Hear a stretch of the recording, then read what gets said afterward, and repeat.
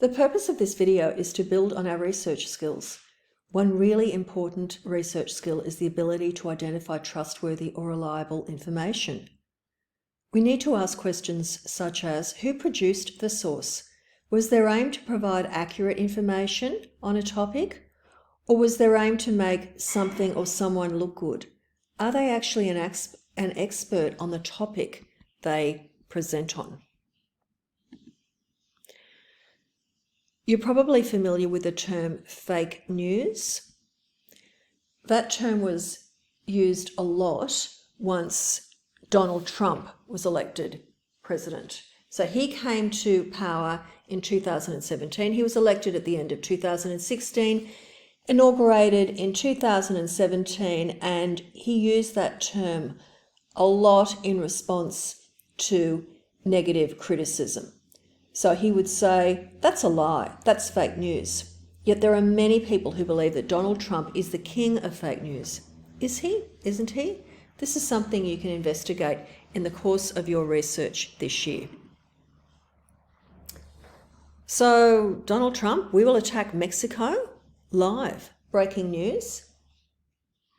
If you're thinking, I can't remember that happening, it actually didn't. It's an example of fake news that was generated on a fake news generator. Even though this is a fun site where you can generate your own fake news, and you will experiment in doing that, the fact is that anyone can create fake news. Let's have a go at creating some now. Okay. Casimir students attacked by zombies.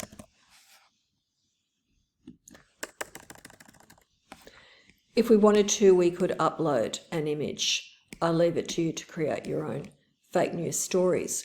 But if this was loaded, if you had the production values looking pretty good, downloaded the image and uploaded it to the internet, someone might come across that. In fact, some people definitely would, and think that that was real if they put in the right search terms into Google search, they came across your article, they may or may not believe it. Hopefully they wouldn't if they had good research skills. So anyone can create fake news, and if anyone can create an internet article or YouTube video, how can we separate fake news from real news? What questions should we be asking about the sources that we want to rely on for information? First of all, consider whether the source is reliable. Is it trustworthy? There's a related question here. Does the individual or organisation which produced the source have beliefs which would influence them to distort or completely misrepresent the facts?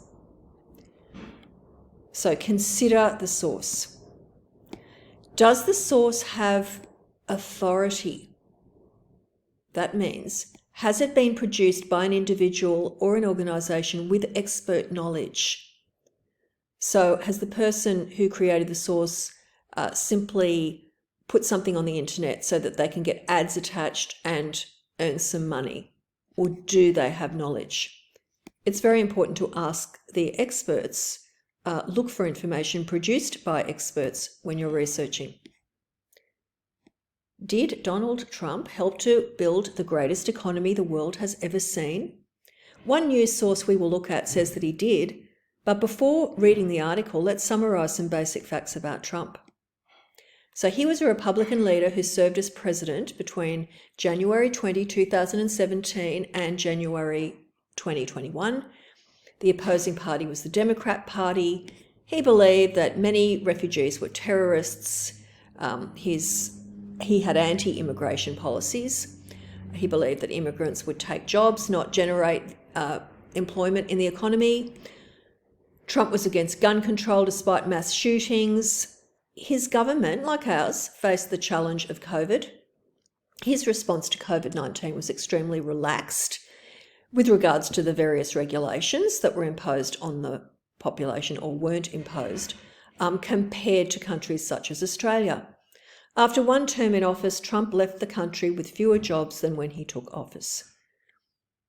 Okay, so we need to check the author of articles, or with, other forms of electronic news, such as YouTube videos, we need to look at who produced it. On August 26, 2020, Fred Keller, whoever he is, wrote an article, Great American Comeback, in which he stated, under the leadership of President Donald Trump, the American people built the greatest economy the world has ever seen. But is this a reliable or trustworthy source? Has it been produced by someone with expert knowledge? I mean, who is this guy? That's a big claim. Under the leadership of President Donald Trump, the American people built the greatest economy the world has ever seen. Extreme statements that include words such as greatest may point to an article that involves exaggeration or a distortion of the facts, unless such a statement is very well supported by the facts. In analysing this particular article for authority, we're going to focus on two questions. Is Fred Keller objective or biased on the topic of Donald Trump? Objective means open to information that will lead to the truth. Biased means favouring one side. And most people would agree that favouring one side rather than looking for the truth is unfair. Second question, is Fred Keller an expert on Donald Trump and on the American economy? So we will click onto this article. Now, with any article you find on the internet, you should be looking for about information. So who produced it? So you look for a byline, that means the writer's name, and then you can, take steps to investigate them. Straight out Google them, but click on to any available information on the actual article. We want to know who produced this article. Before we do that, we won't read the article. You can do that. You'll have the links on the shared slides. Okay, here's this famous statement, or we're going to make it very familiar to us in the course of our study, or at least looking at these slides. Under the leadership of President Donald Trump, the American people built the greatest economy the world has ever seen. We've got a few points about the economy here. Are they fact or not? That could be checked. You'd have to check them against other articles. Oh, let us be clear. President Trump and the policies set forth by his administration did not get us into the mess, the economic mess that we're in now, but they are our country's best chance to lead us out of it. So now it becomes clear that the article is saying that Trump did build the greatest economy the world had ever seen, but then things came along to mess it up. So it's being written at a point in time when the author is saying we are now in an economic mess. Having a little bit of a skim, it seems to be saying that Trump has had nothing to do with that mess. Okay. What else do we learn? Okay. What we will do now, we want to investigate Fred Keller, so we'll click onto Fred Keller. Rep. Keller leads House passage of legislation to improve veterans' services. This is an article. He's an American politician. This is what it's telling us. Now we'll click on to about. Fred Keller is currently serving his second term in Congress after being elected in a special election in 2019. He'd previously served 5 terms in the Pennsylvania House of Representatives. Okay. Oh, Fred is a lifelong member of the National Rifle Association. Okay, Trump would not approve of that. He has been a member of the First Reformed Church in Sunbury for over 30 years. So he's a fundamentalist Christian, and Trump had a lot of fans who are fundamentalist Christians. What we don't know, however, is whether he is a Republican or not. And that is really important information. These articles don't actually mention that. So if you do a Google search, Fred Keller, put the name of the author in quotation marks, that's a phrase, double quotation marks, and then Republican. These are the results. He was a Republican member of the Pennsylvania House of Representatives. Okay, so we have learnt that Fred Keller belongs to the same party as Trump.